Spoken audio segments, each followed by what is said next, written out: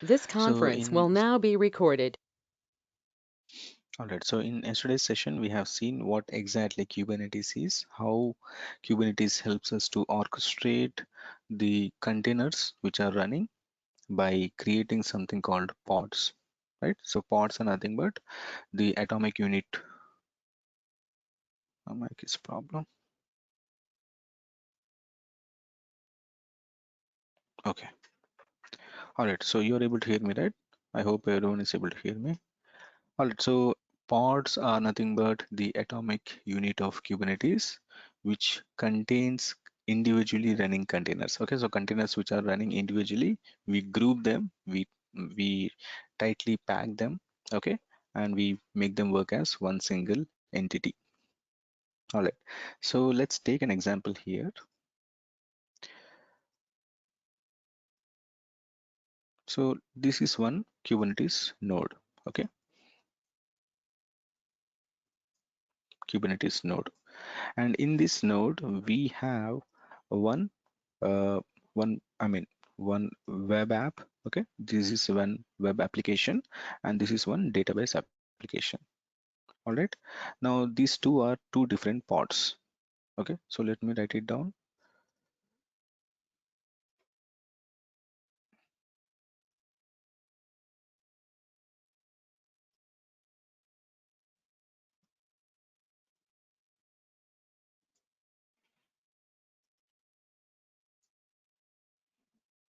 So in this pod 1 and pod 2, in pod 1 we have something called the web application. One application is running in pod 1 and pod 2 is having a database. Okay, so both are working together to make the application work. Okay, so the website can be viewed by the customers.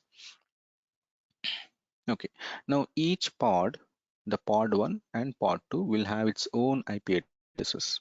Okay, because see inside these containers are inside the pod, right? This container is inside pod 1 and containers is going to, Kubernetes is not going to interact with the container. Okay, Kubernetes is going to interact only with the pods. And how it is going to interact?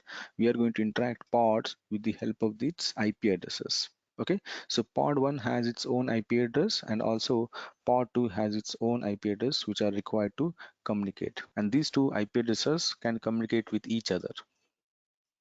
Okay, all right. These two can communicate with each other.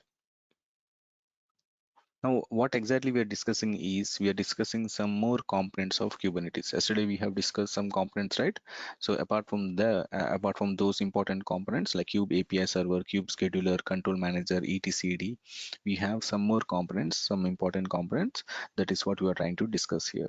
Now, let's assume that our database pod goes down. This is down. Okay, due to some technical reasons, the database pod goes down, and when it goes down, the Kubernetes is responsible for launching another replacement pod. Okay, a new pod will be launched, a new DB container will be running in the backend. Okay, a DB container. Now this pod 2 will this pod 3, this DB pod, what it will have, it will have a new IP address. Okay, it will have a new IP address, but already this application pod is already having the IP details of this database and it is already running. Okay, so when the pod 2 goes down, the database pod goes down, we have to make changes in this application pod. We have to update the IP address of the new pod details, right? We have to make a, Yes, any Venkat. doubts so far? Venkat, are you able to hear me? Yes, go ahead. Yeah. Okay. Thanks, Venkat. Yeah, I'm on. I'm okay. All right, so you want me to continue? Yeah. Yes, Venkat. Yeah. All right, okay. So what we are discussing here is whenever we are trying to make the application work, the application is tied up with the database and the application has the IP addresses of database pod. And once the database pod goes down, we have to build the application once again with the new IP address of the replacement pod. Okay, this is the new one, right? So again, what are the IP address of this new pod is having, we have to update those details here in the application pod. Okay, now this is a tedious task. I mean, this is a double work. Okay, we have to do this every time whenever the database pod goes down, right? So we have to have some kind of mechanism which will help us to fix the IP addresses, which will help us to give us the permanent IP addresses to the pods. That is where the component called service comes. Okay, so we have a component, Kubernetes component called service component. That service component is responsible for the service component is responsible for assigning permanent IP addresses or static IP addresses to the pods. Okay, so let me write it down here.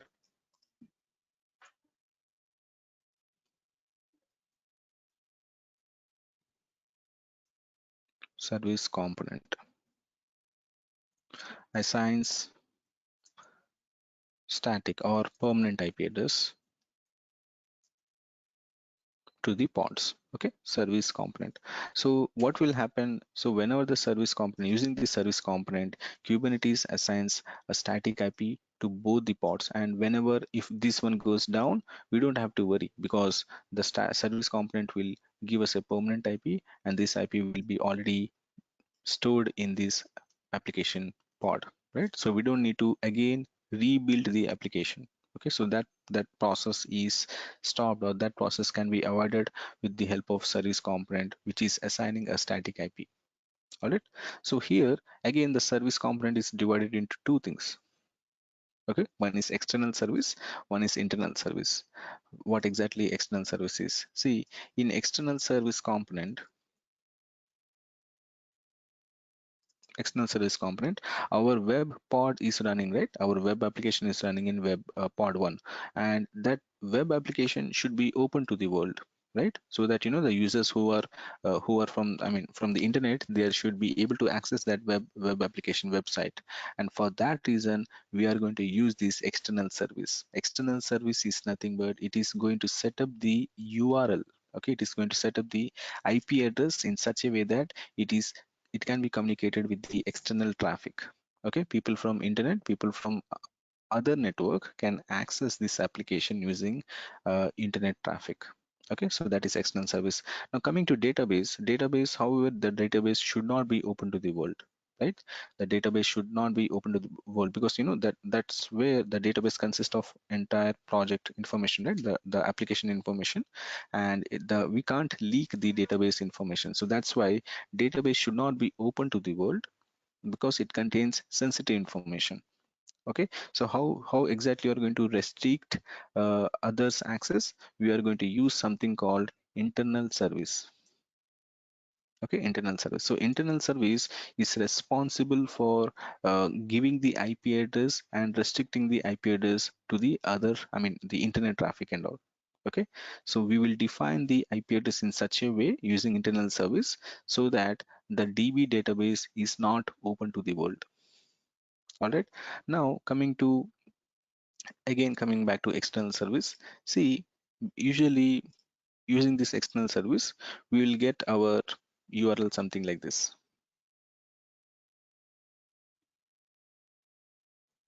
something like this. Okay, uh,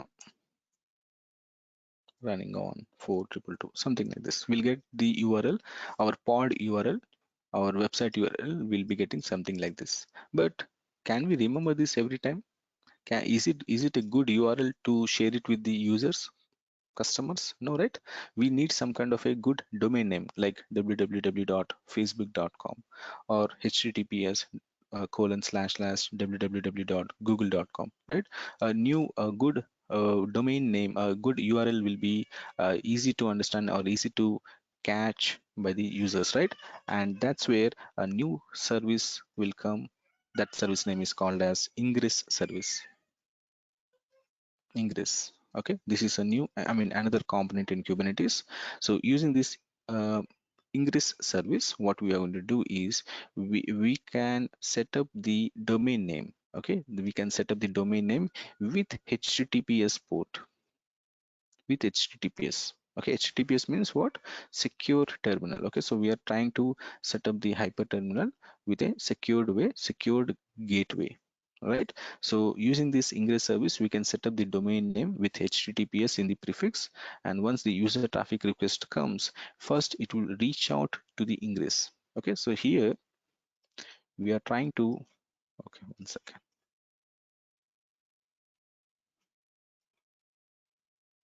Here first we'll set up the ingress, and whatever the traffic comes, first it will reach out to ingress using the URL, and URL, this ingress will forward the request to the application pod, okay, using the IP address. Because so what exactly I'm trying to say is the URL is getting binded with the IP address of the external IP address of the pod. Okay, so all the traffic will first come and visit the ingress service, and it will forward the request to the application pod.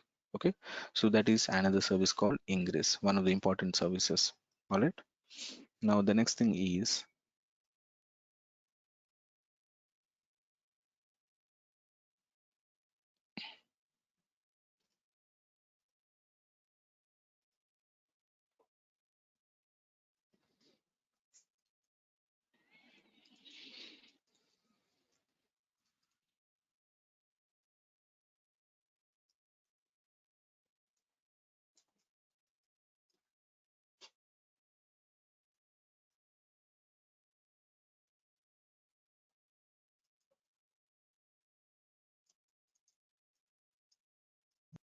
Sir, so ingress service will work as DNS server, right? DNS server. Yes, I exactly as like IP address to uh, you said HTTPS port, right? It will yeah. reach out to the same 443 port. It will work. uh I mean, we can't use the DNS word here. Basically, ingress is that object or is that service that provides the, the, what do you call that, routing rules. Okay, what are the routing rules are there? Right? It actually diverts the traffic which are coming from the internet to the external service. All right, using basically, usually it manages the HTTP and HTTPS port. So Okay. I don't Like think we can use the word DNS here. DNS also does the same thing, right? It will convert the IP addresses to the domain name, and in turn, domain name Yeah, to the IP addresses. domain, I mean, DNS converts the IP addresses, but here it just passes on the request. It doesn't convert anything here. Whatever the user request is coming, it just forwards that request to the external service. So Okay. I don't think we can use that conversion term here. Okay, basically, as you said, whatever you said is correct. DNS actually converts the URL into the IP address and all, right. So here I don't think it is converting anything. It's just routing the traffic to the external URL. Okay. Okay. Okay. Yeah. Okay. The next thing is,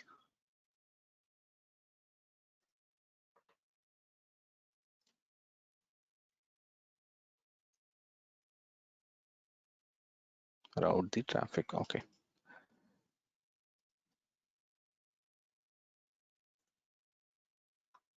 The next thing what we are going to discuss is,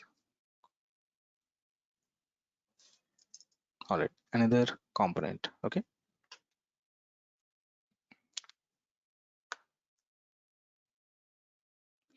Okay, so usually what are the details we give? Like, the application details, the transaction details, or any changes in the application, what are the changes we do? We do it in the database, right? What are the usually the DB details? What are the DB details are there? Okay, like DB details in the sense, like for example, see, uh, you know, MongoDB. MongoDB, the MongoDB's IP address and all, where we give it in the application. Okay, here in this application pod, we mention the database details, right? We mention the database details so that it communicates with the database. If you don't give the database details here in the application pod, okay, it is not going to communicate, right? So, but whenever we change the database pod due to crash, I mean, let's say that database pod has crashed or it has failed due to some technical reasons. What will happen? Okay, what will happen? We'll launch one more pod. Kubernetes will launch one more pod, right, with another DB pod. Now this new DB pod will have different set of different set of details. Those details has to be again updated here, right? Again updated here. So we need to rebuild the application with the new database details, and we need to deploy the new Docker image, and we need to launch the new container. Okay, and then the application will start working, right? So again, this is a double work. Okay, so we need to change the complete information, like the database name, the database login username, the database login password, IP address, and port number, all these things which has to be updated. So to address this issue, we have this component called config map. Okay, config map. So using this config map, the config map, the definition of config map is, the external config, it is the external configuration of our application. So using this config map, we can define the database details like IP address, other details like web application pod, okay, the environmental variables, and what else we can define? We can define properties. All those details can be defined in this config map, and we can set it up. Okay, so and once we define the config map here, all the details and all, my application pod is going to collect that information from the config map. So we don't have to define it in the application pod. Here we don't have to define it. This will directly collect the information from the config map component. Okay, so here we are saving our time, and here we are eliminating the task of rebuilding the application whenever there is a pod failure. Okay, so we don't have to recreate the new Docker image again, we don't have to launch the new container again. So all those things, all those double work, we are eliminating.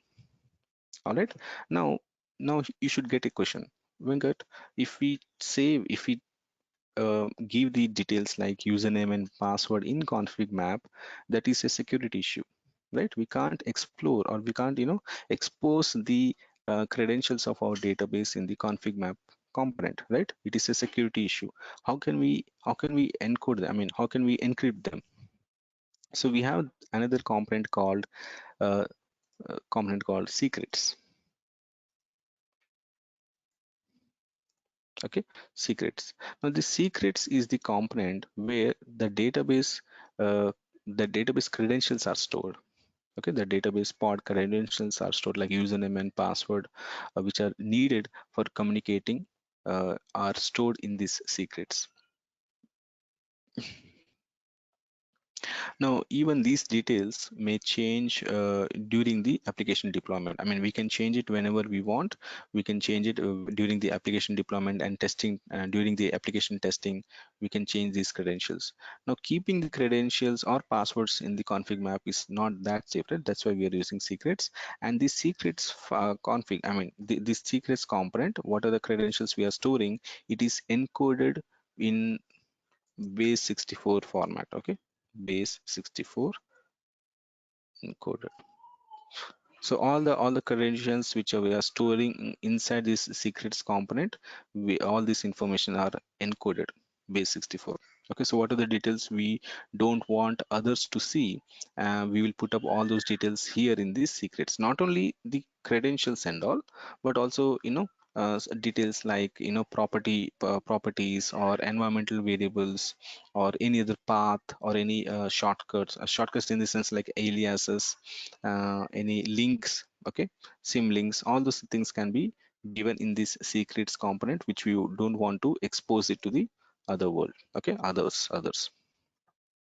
All right, so this were some of the important components apart from the components which we have discussed yesterday. So just wanted to bring to your notice. Now I hope yesterday this was discussed, right? I hope all these components are clear, right? So this is the first interacting point where we give us the file, manifest file. Kube API server it acts as a receptionist. It is the interaction point where it interacts with this manifest file. It collects the information and it passes on the information to the Kube scheduler. Kube scheduler takes that information. It passes on those details to the kubelet. Okay, and Kube scheduler is responsible for implementing those changes. What are the changes which we have given inside the manifest file? It will implement those changes in the node or minion. There's something called control manager. Control manager always monitors the entire Kubernetes node and cluster. Okay, entire cluster, it will set up, it will monitor the entire cluster. It will see that whatever the actual state is matching our desired state. For example, if I want two pods to be running 24/7, this is the thing which is responsible for making sure that the two pods are running 24/7. Okay, if any one pod goes down, it will immediately come into effect. It will take immediate action to set up that replacement pod. etcd, it is the cluster store, also called as cluster store. It is the database of Kubernetes cluster, which stores the entire information in key and value format. Okay, so that is what is called as cluster store. Cluster store means this entire Kubernetes cluster is there, right? This entire setup information is stored under this. How many pods are running, what kind of images are running, what are the IP addresses, everything is stored under this etcd. And here in the node, Kubernetes node, we have something called kubelet. Kubelet listens, or it communicates with the kube scheduler, and it accepts the instructions given in the manifest file, and it implements the pod changes. For example, if I want to launch the pod uh, by running two containers in Ubuntu image, it collects that information from the manifest file and it passes on that details to the Docker container engine. Okay, Docker container engine, and Docker will make sure that containers are launched. Okay, kube proxy is the component which assigns the IP address to the pod. Okay, all right, so let's set up our lab and then we can discuss more about it. But before proceeding with the lab, I want to introduce something called Minikube. Okay, Minikube.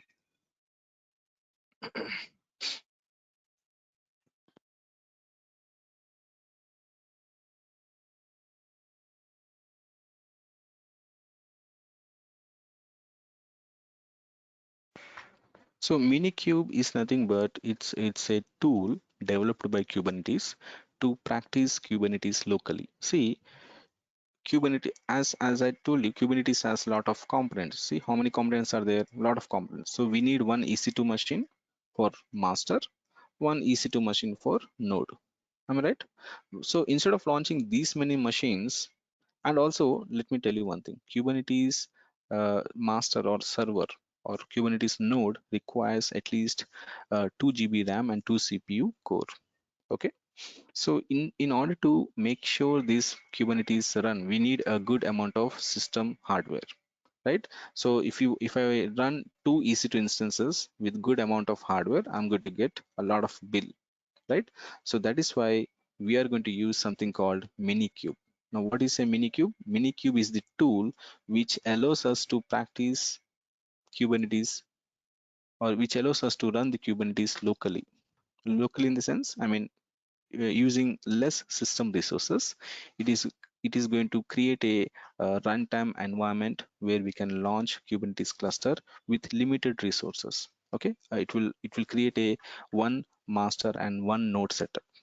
Okay, so once I install Kubernetes Minikube, it is going to create one master and one node setup, okay, in our EC2 instance. So this is our EC2 instance, and in this EC2 instance, I'm going to install Minikube first. That will create one master and one node.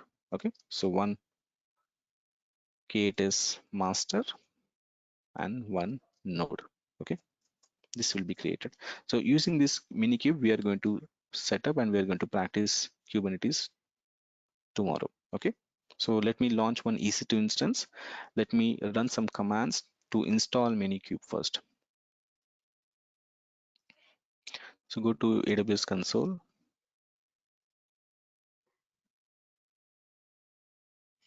I'm going to launch an EC2 instance. Okay, I'm going to select Amazon Linux, the first one.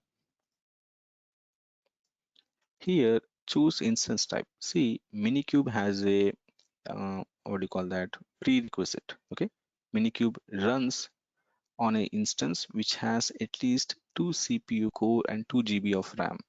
Okay, this is not defined by me. This is defined by the Kubernetes itself. Go to official website and you will come to know.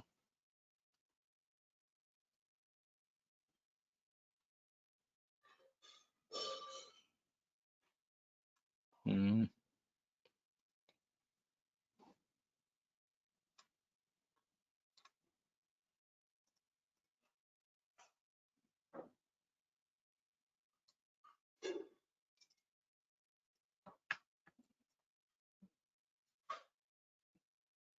okay, so see here what they are saying. They are saying at least 2 CPU core, 2 GB of RAM, and 8 GB of hard disk space. Okay, okay, 8 GB of hard disk space is not required. Okay, but at least these two things are very much important if you want to run the server smoothly. Okay, if you want to run the commands and all smoothly without any lag or without any slowness, then at least 2 CPU core and 2 GB of RAM is required. So that is why we are going to launch, instead of T2 micro, we're going to launch T2 medium. Okay, so how much T2 medium is having? T2 medium is having 2 CPU core and 4 GB of RAM. Okay, that is matching the, or that is, uh, it is matching the requirement what exactly the Kubernetes is suggesting. Okay, so remember that this is not a free, and it is going to charge. Okay, you are going to get some bill for this. So try to complete your lab as soon as possible. Shut down that instance so that you can minimize your AWS billing. Okay, so review and launch. I'm not going to select the, I mean, right, the rest of the things. So I'm not going to show you all those things, um, except the security groups. Security groups, I'm going to launch these ports. Okay, the default ports 8080 and all. Review and launch. Okay, so let the instance get launched.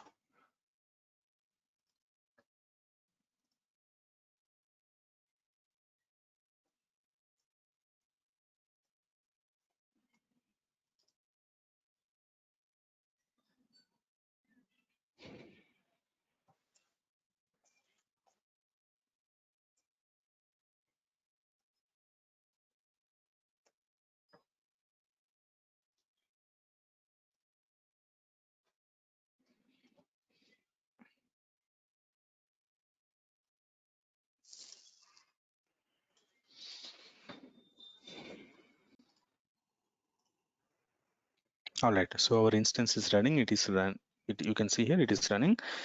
Here we have launched in T2 medium. Okay, it is having 2 GB of CPU, 2 CPU core and 4 GB of RAM. All right. In case if you have accidentally launched one instance in T2 micro and you want to change the instance type, okay, you have launched one instance and you want to change the instance type. You don't want to shut it down. What you can do, first stop that instance. Okay, so stop that instance, stop it. Let's wait for 1 or 2 minutes. Confirm the instance state is stopped.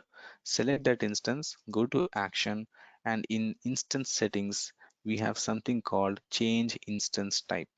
Okay, change instance type. So if you want to increase the configuration or if you want to decrease the configuration, you can go to this option and you can change the instance type, and your server configuration will be changed. Okay, without deleting that instance, your data will be safe. All right, so this is our instance. Let's log in into this instance first.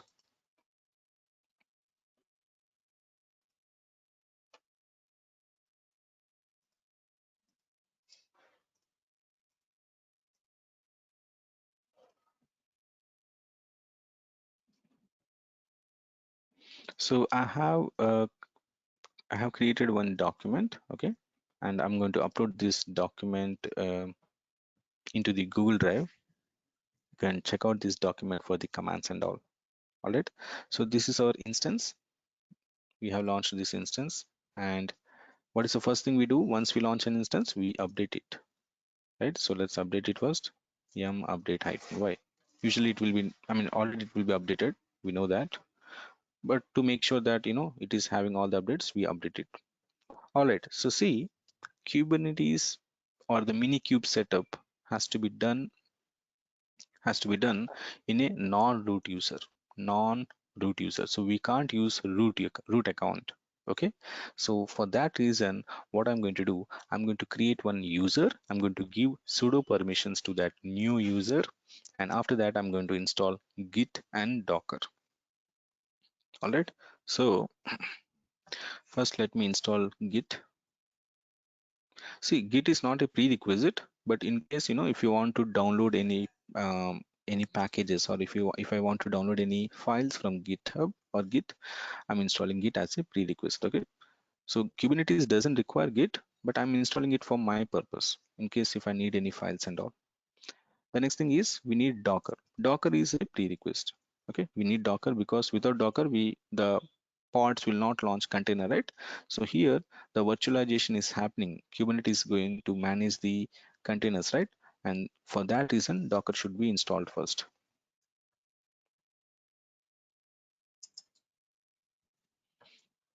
Docker is getting installed.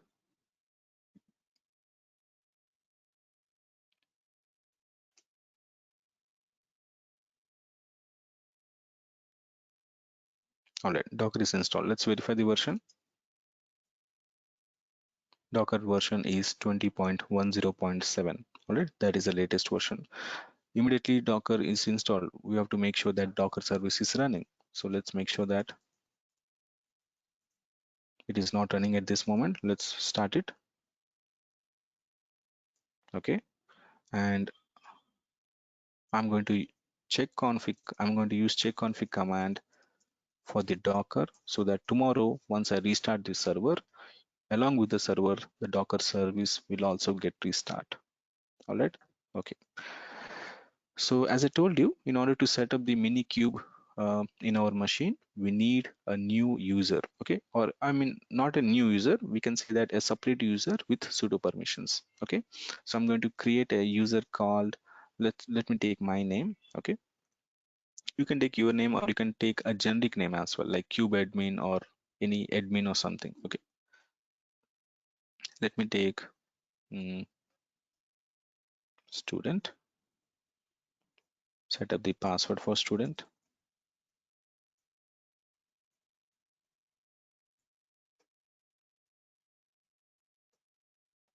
Password has been set up. I'm going to add this user into sudo's file vi sudo. We have already discussed this in Ansible. Okay,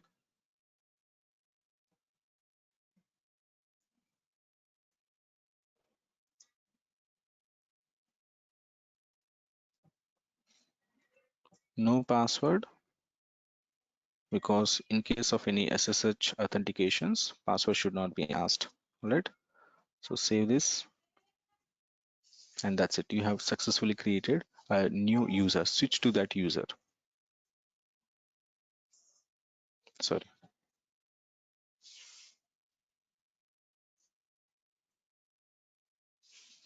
All right, I have created a new user called student. I have set up the password. I have given the sudo permissions. All right, now I'm going to use this account for setting up the Minikube on our instance.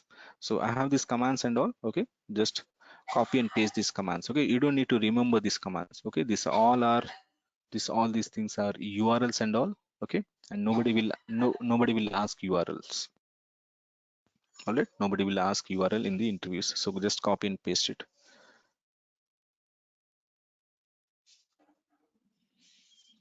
All right, so this is the command for installing the Minikube.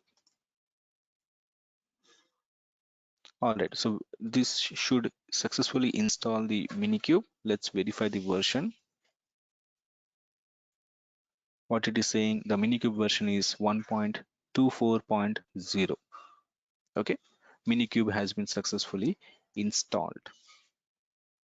Now, I don't know any command related to Minikube. How should I practice Minikube?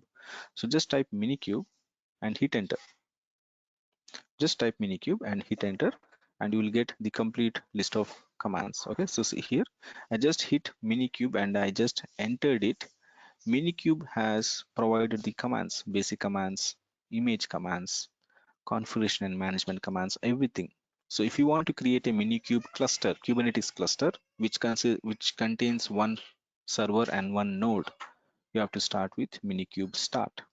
If you want to see the minikube status, you use minikube space status. Like that, we have a lot of commands. Okay, you can see here all these commands are different commands for minikube. Okay, if you want to see the version of minikube, type minikube version. Let's try that.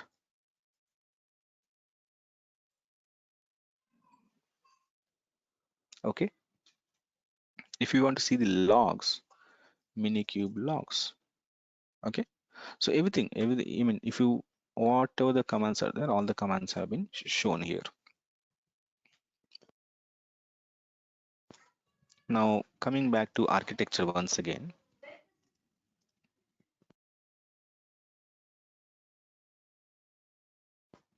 Kubernetes master, this is the Kubernetes master. Until now what we have done, we have just set up the minikube. We didn't create cluster yet. Okay, this, what do you mean by cluster? Cluster is nothing but this entire thing. Okay, one master, one node, or one master or multiple nodes is called as cluster. Okay, we have just created minikube, and now we are going to use minikube to set up this master and slave setup. Okay, the node. Kubernetes master can be accessed in two ways, using user interface or using command line interface. Okay, so this command line interface is there, right? Command line interface. In order to work with command line interface and in order to interact with the Kubernetes master, we are going to use a tool called kubectl. Okay, kubectl, or we can call it as Kubernetes control. Okay, kubectl. I mean, in shortcut, we call it as kubectl, but it is actually Kubernetes command line tool. CTL means Kubernetes command line tool. So using this Kubernetes command line tool, we can control the Kubernetes cluster. We can interact with the master. We can interact with the nodes. Okay, so we need to install this kubectl tool so that we can run the commands to check out the master and nodes. Okay, so let's go ahead. Let's install kubectl. So these are the commands. Again, URLs are there. We don't need to remember this. Just copy and paste it.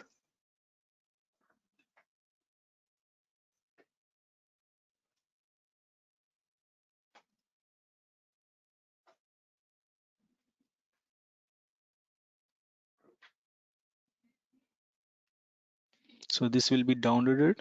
kubectl tool will be downloaded from the official website of Kubernetes. You can see here dl.k8s.io, and Kubernetes will download that kubectl package. Now we are going to run this command for installing the kubectl. That's it. We have successfully installed kubectl.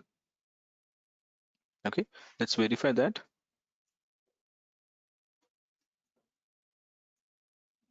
You can see here version is 1.22. Okay, 1.22 is the version of the kubectl. All right, now I don't know any commands about kubectl. I don't know anything about kubectl. How should I get the kubectl commands? Same like minikube, just type kubectl and hit enter. Okay, kubectl is nothing but Kubernetes control. Okay, Kubernetes command line tool. Okay, so just type kubectl and hit enter and you'll get complete commands. Okay, what are the commands available? See here, I just given kubectl and all these are the commands. Okay, I mean the most frequently and most important commands have been shown here. If you want to see the complete list, we can go on to this URL. Okay, all these are different commands for different purposes. All right, so we'll discuss important commands and all. We'll discuss in the tomorrow's class and all. All right, so here clear, right? So this is how we set up our lab in a very minimized using minimized or very less system resources. We have set up our lab using one instance only. But usually if you want to set up a huge lab, you can take like, one instance for master, one instance for node 1, one instance for node 2. In that way you can set up multiple machines, but you're going to get a huge amount of bill from AWS end. All right, so we have successfully set up our lab. Now let's try to start the minikube first. Okay, let's try to start the minikube. So see, let me show you this. So see here, the first command I'm going to start is minikube start. So once I one second. So uh, once I run the minikube start command, what is going to happen? Minikube is going to create a Kubernetes cluster. Okay, a very simplistic cluster with one master and one node. Okay, so let's try to run this for today. Minikube start. I'll get one error. Okay, so it is asking, I don't know which virtualization technology I have to use. Okay, which virtualization technology it is asking. See, all these kind of errors are coming. So basically we have to define Kubernetes. We have to tell Kubernetes that, okay, minikube use Docker for launching the containers. Okay, Docker. Okay, use this Docker for launching the containers. I mean, we have various softwares, right, for launching the containers. We have Podman, we have KVM2, all these things are there. So we have to just mention minikube. We have to tell minikube that use Docker for for launching the containers and all. So minikube start hyphen hyphen driver equal to Docker. Okay, but if I run this command again, I'll get error. I'll tell you what is that error. Okay, so what it is saying, permission denied. Okay, permission denied. So basically, see, in order to work with Docker, in order to make this, see, we have created a separate user called student, and student is not a part of Docker group, right? So in order to launch Docker containers, that user ID should be part of Docker group. And here the student is not a part of Docker group. That's why we're getting permissions denied. So let's quickly go ahead and add that user to the Docker group. Okay, so let's verify the first. See, ID student, and here you can see student user ID is just a part of this group. Okay, it is not a part of Docker group. So let's add it first. Sudo user user add, right? User add, no, user mod hyphen a g Docker group student. Okay, now see here, now the student user is a part of Docker group, right? Now it can launch containers now. So let's rerun that command again. So what it is saying, again the same error, permission denied. So have we done some okay, so basically it is giving the command as well. So let's try this command.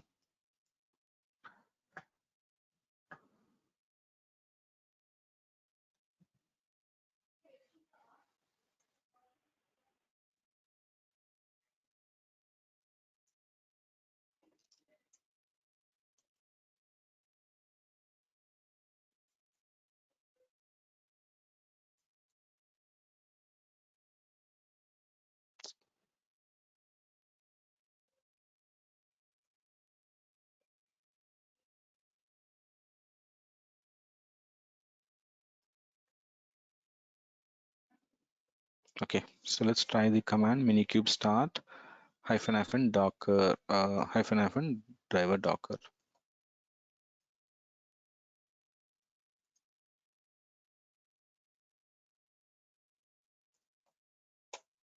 All right, so see here, it is downloading the image from the Docker Hub and it is going to create the pod. Okay, so what exactly is happening in the backend is it is setting up the okay master. It is setting up one node. Inside the node, we are going to have one pod. Okay, and pod will have one Docker container. Okay, so this is the architecture it is going to follow. Okay, so try to understand what exactly is happening. Okay, so K8 is master, K8 is node, pod 1, and inside pod 1 we have container. Okay, Kubernetes doesn't know anything about container, it only talks with pod. Okay, all right, so this entire thing is a Kubernetes cluster. Okay, it is going to take some time, it is going to launch containers and all, so it will take some time because this is the first time, right? It is downloading the packages, images and all, so it will take few minutes.